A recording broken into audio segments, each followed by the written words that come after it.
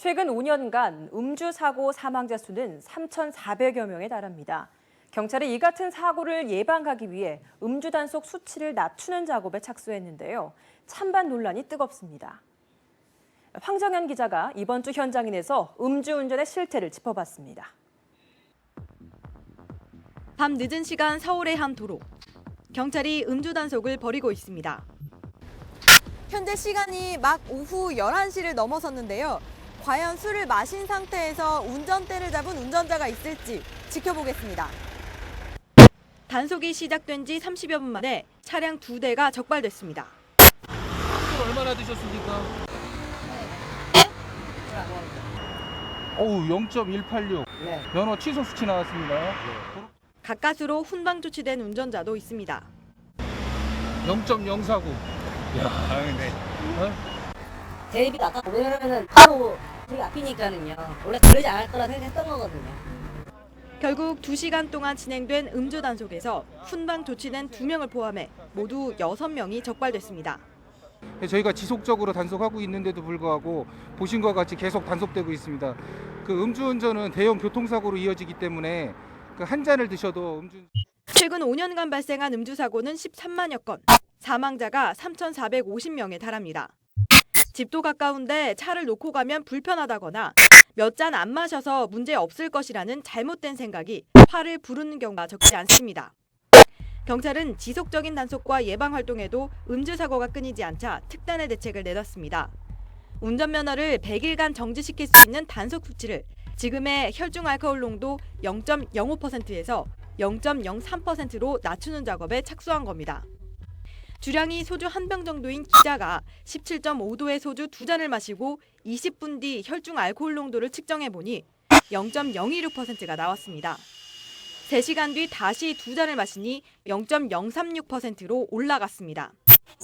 경찰이 단속 수치 하향 조정선을 0.03%로 제시한 건 아예 한 잔도 안 된다는 취지입니다. 이를 두고 찬성 입장이 우세한 편입니다.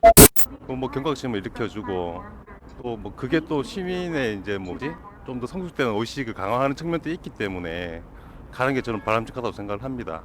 나는 괜찮다 이러고 가다가 사고도 나고 그러니까 무조건 술 먹었다 그러면은 단속이 돼야 된다고 생각해요. 그러나 사람마다 체질이 다르다며 반대하는 목소리도 있고 오히려 단속보다는 적발 시 처벌을 강화하자는 의견도 있습니다.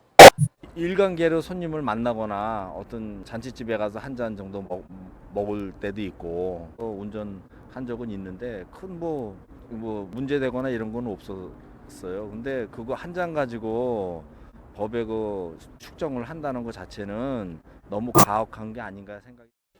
과연 소주 한두 잔 정도는 우리 신체에 변화를 일으킬까요? 소주 한두 잔 정도를 마셨을 때 우리의 주의력에 얼마나 영향을 미치는지 제가 직접 실험에 참여해 보도록 하겠습니다.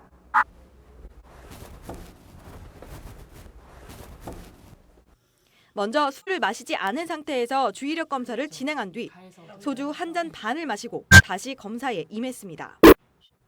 숫자와 기호를 찾는 데 걸리는 시간은 52초에서 1분 8초로 늘었고 숫자를 그대로 따라하는 검사도 총점이 2점 하락했습니다. 제작진 중에는 술을 마시고 기호를 찾는 데 걸리는 시간이 오히려 준 경우도 있었습니다. 그렇지만 전문가들은 딱 한 잔이라도 위험할 수 있다고 지적합니다. 설사 한 잔을 마셨더라도 분명한 것은 사람에 따라서 주의력과 집중력이 떨어지고요. 어떤 돌발 상황에 대해서 대처할 수 있는 능력이 떨어지거든요. 그래서 실제로 단 한 잔의 술을 마셔도 신체 반응 속도가 느려져 실수 가능성이 커진다는 분석과 술 한 잔이 의사결정에 영향을 미친다는 뇌파 연구 결과도 있습니다. 일본에서는 2002년 음주운전 단속 기준을 0.05%에서 0.03%로 강화하고 나서 음주사고 사망자가 10년 새 75% 이상 줄어든 것으로 집계됐는데요.